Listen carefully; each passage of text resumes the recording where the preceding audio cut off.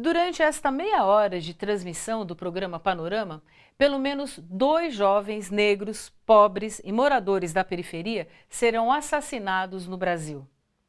O dado assustador está no relatório final da CPI do Senado sobre o assassinato de jovens no país, que foi apresentado em Brasília.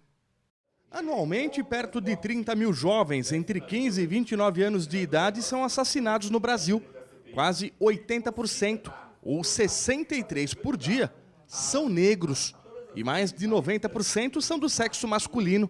Os números do relatório final da CPI do Senado sobre assassinato de jovens não são novidade. Tem como base o mapa da violência no Brasil realizado desde 1998. A última atualização é de 2012. A CPI, na verdade, ratificou as informações após 7 meses de audiências públicas em todos os estados da federação e no Distrito Federal. A grande maioria das histórias vem de mães de jovens negros, pobres e da periferia. Como Débora Maria Silva, mãe do Gari Edson da Silva, assassinado em 2006 na cidade de Santos. Após uma década, ninguém ainda foi responsabilizado.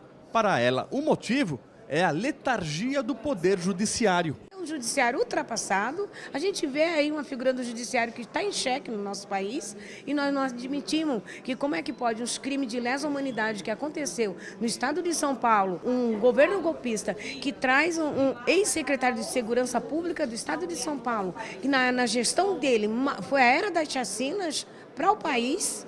A gente não quer esse país mais, a gente quer um país que respeite a população que paga seus impostos. O caso do filho de Débora é semelhante a milhares de outros, com envolvimento de policiais, registrado como auto de resistência, quando a vítima teria reagido, e com uma série de inconsistências na investigação, como a falta de testemunhas e de perícia. Por isso, o senador Lindbergh Farias, relator da CPI, destacou uma pesquisa de 2005, que mostra que naquele ano, das 707 pessoas vitimadas em supostos autos de resistência, apenas 355 tornaram-se inquéritos policiais. Apenas 3 foram a julgamento. É uma epidemia de assassinato de jovens. E eu acho que a grande questão desse relatório é tentar tirar isso da invisibilidade, tentar mostrar isso, tentar denunciar internacionalmente o Estado brasileiro. Eu não estou falando de governo A, governo B, estou falando de todos os governos. Nós vamos fazer uma maratona de visitas, na próxima semana conversar com o presidente do Senado, sobre toda uma pauta específica de assuntos legislativos ligados ao tema. Vamos entregar na CNBB, vamos depois ao Ministério Público, entregar ao Dr. Rodrigo Janot, vamos ao STF, vamos tentar fazer uma peregrinação para que esse relatório tenha algum sentido e com respostas concretas para a população brasileira. O caso do menino Ítalo, assassinado na semana passada pela PM na zona sul da capital paulista, escancara mais uma vez o drama de adolescentes e crianças que vivem em situação de risco. Educadores alertam que pelo menos 7 meninos e meninas morreram nas ruas de São Paulo no último ano. Após novos depoimentos do caso Ítalo na polícia, fica ainda mais forte a hipótese de que o menino de 10 anos foi vítima de execução. O educador Ataíde França atua na região central de São Paulo com crianças em situação de rua há mais de 10 anos. Na esmagadora maioria, são meninas e meninos negros, muito pobres, que trocam a periferia onde vivem por regiões centrais em busca do que não encontram perto de casa. Se você tem uma escola que funciona, se você tem uma escola que é atrativa, se você tem áreas de lazer, educação, se você tem segurança no seu bairro, provavelmente você não sairia de casa para estar em situação de rua. A Taíde explica que essas crianças, desde que nascem, têm os direitos violados e reproduzem a violência que vivem no ambiente familiar.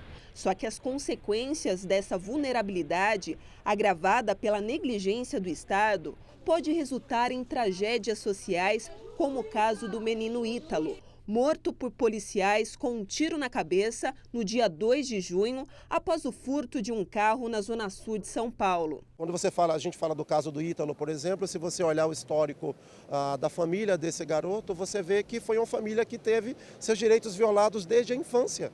né? E o Ítalo ele só reproduz aquilo, né? Ele reproduz aquilo que a sua família fez. A mãe e o tio de Ítalo prestaram depoimento no DHPP, o Departamento Estadual de Homicídios e de Proteção à Pessoa. O advogado Ariel de Castro, do Conselho Estadual de Direitos Humanos, está acompanhando o caso. Nós podemos dizer que, com base nas várias informações que se tem até agora, principalmente nesse último depoimento, na verdade uma entrevista que o menino de 11 anos que sobreviveu teria realizado na Corregedoria da Polícia Militar, e também com base no depoimento que ele já tinha prestado aqui no DHPP, dizendo que não houve nenhum confronto, existem indícios de uma possível execução. Lidar com casos como o de Ítalo, de crianças vítimas de violência, faz parte do dia a dia do educador social Marcos Vinícius, do projeto Travessia. Quando eles roubam, quando eles cometem algum ato e aí eles viram um problema, e aí a única solução é ou prender ou fazer qualquer uma coisa do tipo assim, mas a gente não pensa que todos os direitos que eles foram violados antes, né, de direito de ir para a escola, direito de ter uma família, direito de ter lazer, e todos esses foram negligenciados, tanto pelo Estado, quanto pela sociedade, quanto pela própria família deles. Nosso assunto agora é justiça e reparação. Entidades sindicais da América Latina se reuniram em São Paulo para discutir a importância dos arquivos dos sindicatos para a preservação da memória dos trabalhadores durante as ditaduras. Graças aos arquivos do movimento sindical, muitos trabalhadores conseguiram provar que foram perseguidos pelas ditaduras no Brasil e em outros países da América Latina para cobrarem justiça e reparação. Os arquivos preservam direitos. Pegar como exemplo o acervo da CUT. Nós vivemos um período da ditadura, nós temos uma documentação do começo dos anos 80, onde que as pessoas poderiam participar de assembleias, participar de congresso da CUT, muitas vezes tinham que ir de uma forma usando pseudônimos, outros nomes que não eram seus verdadeiros, né? E depois, no registro da documentação, ela colocava os seus nomes. Quando estão os seus nomes numa lista de presença de assembleia de sindicato, ou então numa lista de presença no congresso da CUT, né, elas, pegando aquele documento, mostra a sua militância, mostra que por ela ter a participação, ela foi perseguida muitas vezes, e com aquele documento ela pode buscar a reparação junto aos órgãos competentes. Na Argentina, por exemplo, estima-se que a ditadura vitimou mais de 30 mil pessoas, entre perseguidos, desaparecidos, exilados ou mortos.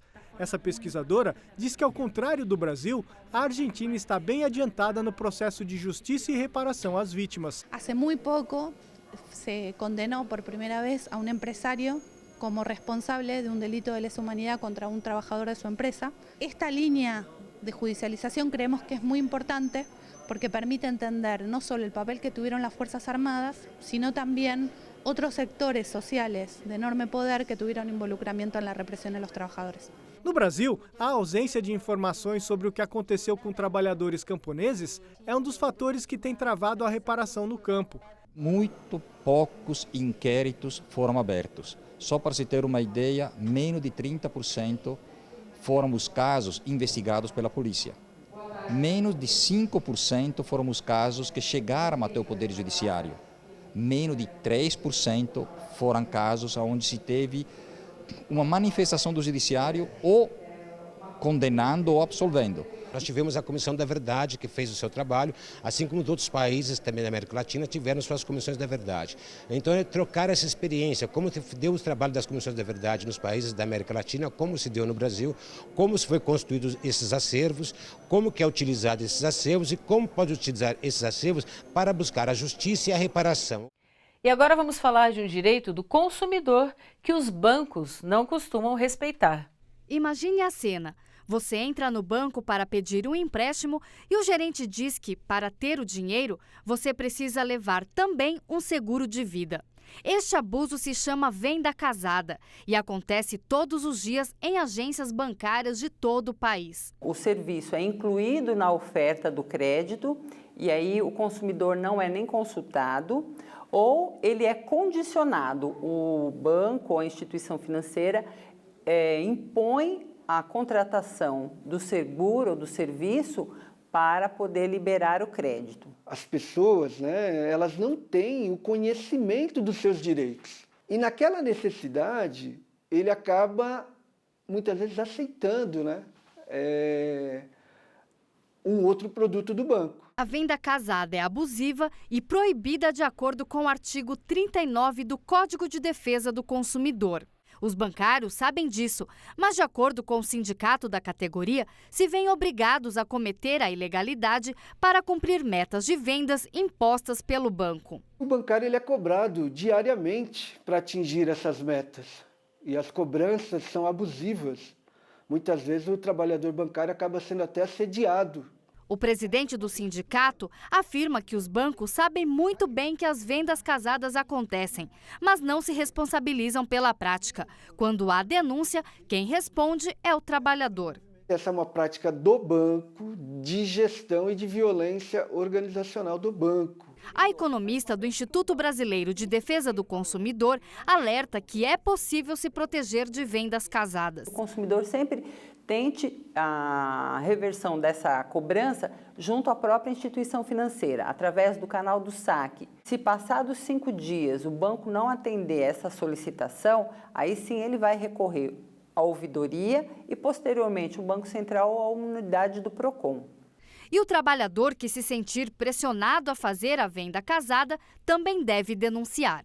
A partir do momento que o bancário denuncia, principalmente para o sindicato vai poder estar atuando para que esse trabalhador não seja de forma nenhuma penalizado.